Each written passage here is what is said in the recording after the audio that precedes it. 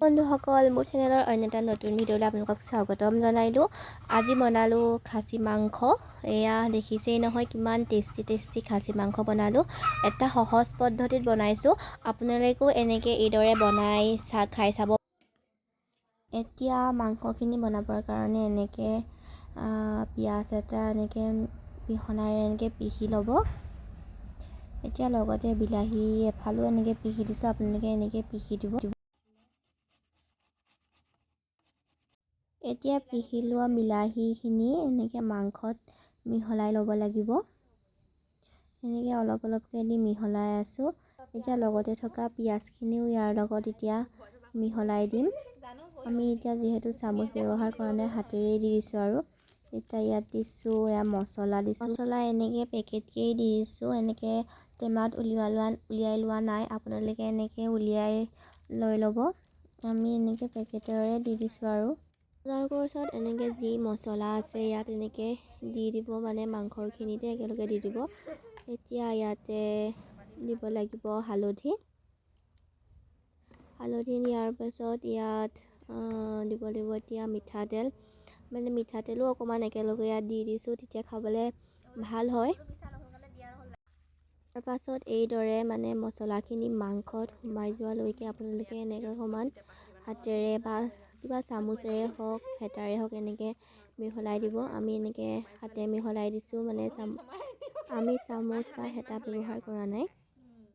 আমি ইয়াত নহৰু এনেকৈ আদা পিচি লৈ দি দিছোঁ, মানে মিহলাই পিনে 5 মিনিটৰ কাৰণে মেৰিনেট কৰি থ'ব।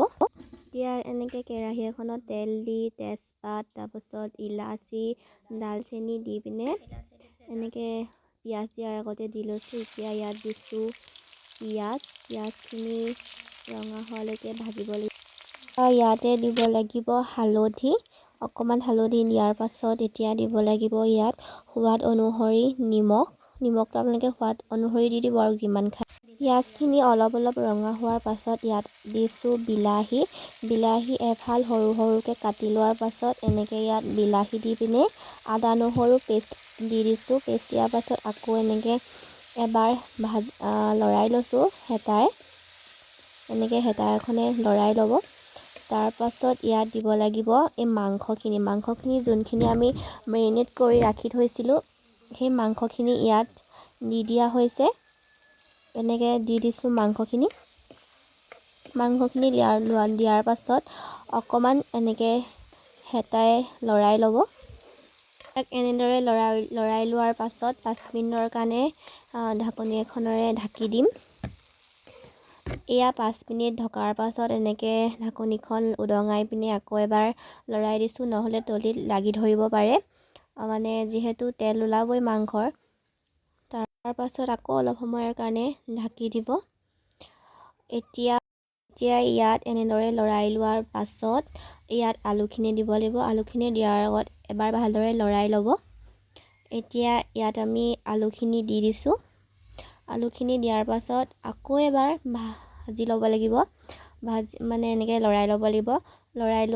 লৰাই লোৱাৰ পাছত আপোনালোকে আকৌ ঢাকনিৰে ঢাকি অলপ সময়ৰ কাৰণে ৰাখি দিব। অলপ সময় ৰাখি দিয়াৰ পাছত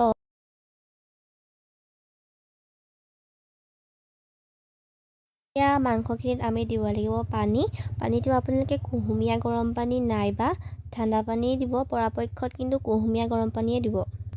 দেখিছে মাংসখিনি কিমান ধুনীয়াকৈ উতলিছে। এতিয়া মাংসখিনি অলপ সময় ৰাখি দিলেই মানে নমাব পৰা হ'ব, আৰু বেছি সময় নাই। এয়া দেখিছে মাংসখিনিৰ পৰা ধুনীয়াকৈ তেল ওলাবলৈ আৰম্ভ কৰিছে, মানে আমাৰ মাংসখিনি ৰেডি। এতিয়া আমাৰ মাংসখিনি নমালোঁ। মাংসখিনি নমোৱাৰ পাছত দেখিছেনে কিমান ধুনীয়া হৈছে। আপোনালোকেও এইদৰে বনাই খাই চাবচোন।